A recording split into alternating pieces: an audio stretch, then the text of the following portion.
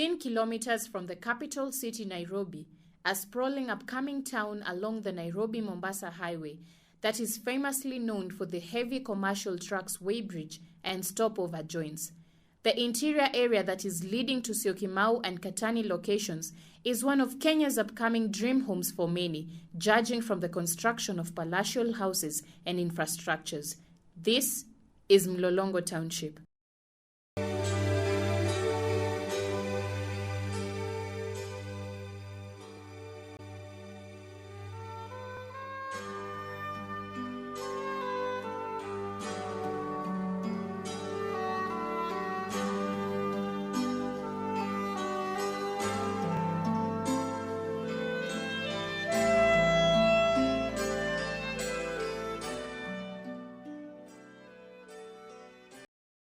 There are many women and many girls looking for greener pastures. The girls drop out of school due to school fees, then they get involved in prostitution. HIV/AIDS is particularly potent when it comes to propagating shame and stigma. Every day, 4,900 people die from HIV/AIDS globally, and another 7,300 people are infected with the AIDS virus. 14.8 million African children have already lost parents to HIV/AIDS. However, the statistics of people living with AIDS in Mlolongo is yet to be released.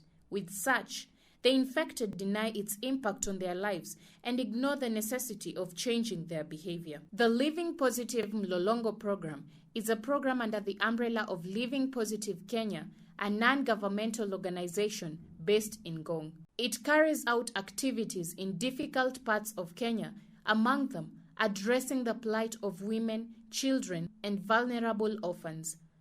The non-governmental organization seeks to improve physical, psychological health and develop the social-economic status of women infected and affected by HIV/AIDS and their families living in the slums. And many people who are infected and affected by HIV are benefiting from this program.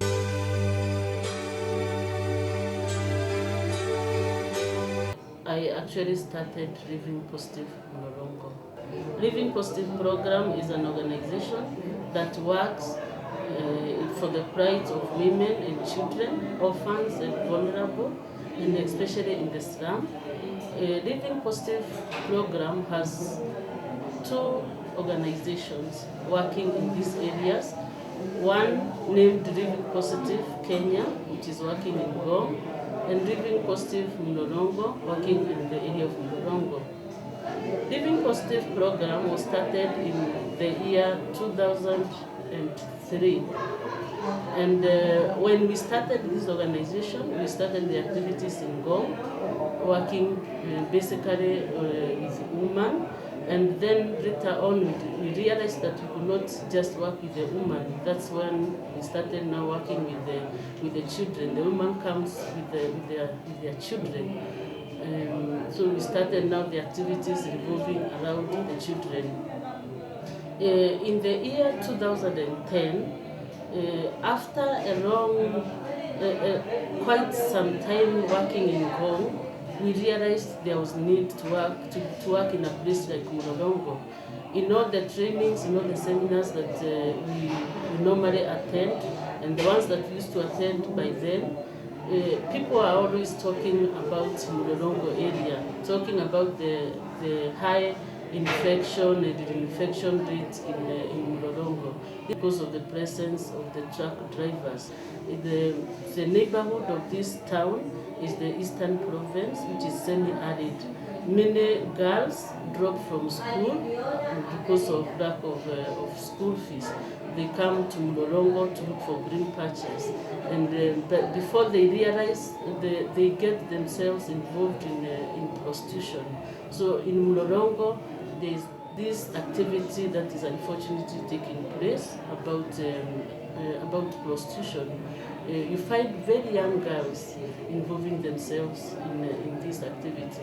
And when we were attending these seminars and got to know all these stories, hearing from people testifying, we thought, okay, why not try this in Mlolongo after working successfully in Ngong? And that is how we came here in Mlolongo in the year 2010 and starting working with the women and the children. At the moment, we have 48 HIV positive women. Among the members, there are some who are, most of them are actually widows, although we have a small percentage who still have their husbands. As we know that prostitution is one of the, it's very risky to involve yourself in this because of the HIV. Because most of these people are going to have sex with which is unprotected, have sex with multiple partners, have sex with these truck drivers. Truck drivers have been traveling for days from Mombasa, going to Uganda, going to Congo, and all these kind of things. They have stayed for days without seeing their wives, without seeing their partners. And the girls will find themselves victim of this. So long as they get some money out of it, they just they get themselves involved in the activity. When they are doing this, they contract HIV, and they spread it very fast because the next truck driver who comes also wants them. Maybe this truck driver is not positive. Or maybe the girl had not contracted and the truck driver is positive, so the girl will just contract the HIV. In the absence of the truck drivers, we find the girls are sleeping around with other men. There are very many lodgings in Mlolongo, and prostitution is very, very common. During the day, during the night. In Mlolongo, life is 24 hours. The beginnings are always tough, and we had to really go out looking for them seriously. In Mlolongo, one of the challenges that we find is that there is a lot of stigma. Nobody wants to be known that they are HIV positive. Living positive is our mission. What we live for is to give positive meaning to life of the women, the life of children, or the people that we are getting in touch with. So in this cause, we are getting the women, they don't want to testify that they're positive. We find it a bit hard. In the beginning, we used to go to the slum, especially there are many slums around Mlolongo. We are talking of about 5 slums which are surrounding Mlolongo. For example, we have Kicheko slum, we have City Cotton, we have Slota, and we have KMC, among other most slums. Yeah? And we used to go to do the visits there. We go talk to the village elders, and for once, the first breakthrough was when we visited the hospital. There's a hospital here called ISC, run by the Catholic nuns. We visited this hospital and we talked with the sisters, and the sisters really saw the need of having this kind of a program here, because they narrated to us all the challenges that they are undergoing and the very high rate of HIV infection in the area. And we started working in partnership with the nuns, even as of today, in a CC home. And they referred the first members to us. Then after that, we got a breakthrough, because once you get one person, this one person goes and tells a second person. So in most cases, I would say we go for them, or they come to us. Mimi najisikia nilikuwa comfortable kutoka venye tumeanza hii kikundi. Nimejua hali yangu.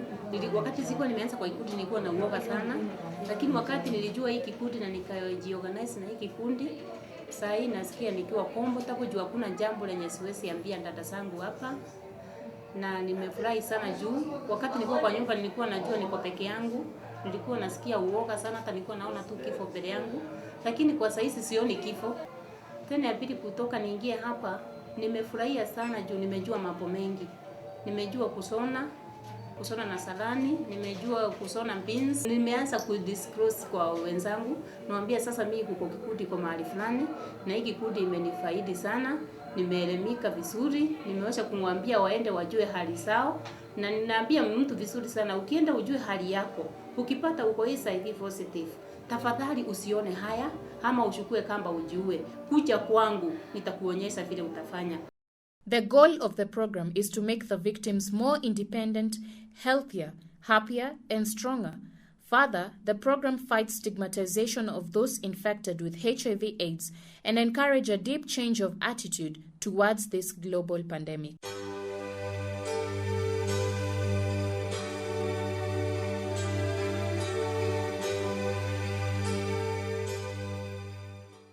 The Living Positive Mlolongo program has formed groups that conduct counseling therapies regularly and a monthly forum where the women are educated on HIV/AIDS prevention and awareness, transmission modes, and the use of antiretroviral drugs. The aim of all these activities is to develop a strong support network for people living with HIV/AIDS in Mlolongo and to reduce the stigma associated with it in the community. Once we get the first ones, we get in touch, in contact with the woman. In some cases, they could be quite raw, they could be weak, like if they were bedridden. Okay, you may get some who are still not, maybe they are still healthy, their CD4 count is still high, you do not even tell, but some of them are quite low. But one very common scenario is that their stigma level is normally very high once you get there. When you go to somebody, to face somebody and tell them, oh, do you want to join us? Or how do you even start it? Are you HIV positive? You know that it is confidential, that even the doctors are not supposed to review your status. So how you approach this person is quite difficult. Because when a woman is in the classroom learning how to sew, that woman needs to eat. That woman needs to go to the hospital. It costs bus fare, transport to the hospital. It costs money, like for example, to take some medications are not for free, although ARVs are for free. So are you willing to support a woman who is ready to change, a woman who is willing to live? So that, if this woman does not live, what does it mean? It means in the society we have so many orphans, and we do not want to have this high number of orphans in our society. So we ask you to support them. Then, once they are completely skilled, like now we have the first group, which is about to graduate, and our hope is that we can appeal to people they can come and support us to give them startup capital to start their own small businesses. We also want to start a production unit where we can have some women employed by the program to make things, we can collect orders from schools, from individuals, and then of course these people would earn their living from whatever they will be doing. But currently, how we are able to sustain them is just through well-wishers and whatever proceeds they are able to get from the products that they are making. We have a small yard that we have planted vegetables. These vegetables, first of all, they eat, they have something to eat, and they sell. Whatever you get from that little shamba, from that little land, they divide among themselves.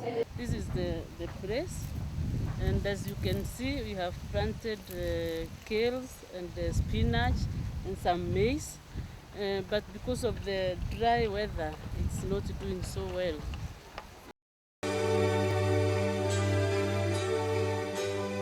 The first thing that we do is bring them together and put them in a group. That's why we have group therapy. They meet once per week, they share their experiences, they share their ideas, then we call experts. The experts come and talk to them on topics of interest which are relevant to their day-to-day challenges, their day-to-day life. In the therapy, we help women when they come we help them share what they have and what they have been going through. So in the first time when they come to the group, at times they don't speak up, but after several sections, they can be able to speak up and share their story with the others. We also do home visits, and when we go to their houses, we encourage them individually, and so they speak up, and we also encourage them to share their status, maybe inform their children and close relatives. Tangu nianze kujiunga na hii kikundi nimefaidika sana. Kitu ya kwanza tukienda huko tunasoma, vile tunastahili kukaa, kukula na pia kusona. Pia tunatoa savings. Hiyo savings kama mtu ako na shida, unaitisha kama ni mkopo, unapewa. Kama ulikuwa na shida, unaenda unajisaidia nayo. Tena imenisaidia, imenichukulia mtoto wangu pale daycare, na ninaona anasoma vizuri. Na ndio hata sisi tuweze, hata wale wamejificha tuweze kuwatoa na kuwaelimisha.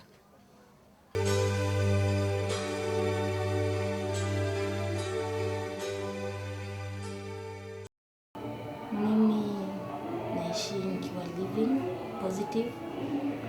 Nafurahia kujiunga na hii kikundi ya wamama sababu ilinisaidia sana. Wakati nilienda hospitali nikapima nikapata niko living positive. Wakati sikuwa nimejiunga na hii kikundi nilikuwa na uoga mwingi sana. Nilikuwa naona nitakufa kesho, sikuwa na tumaini ya maisha.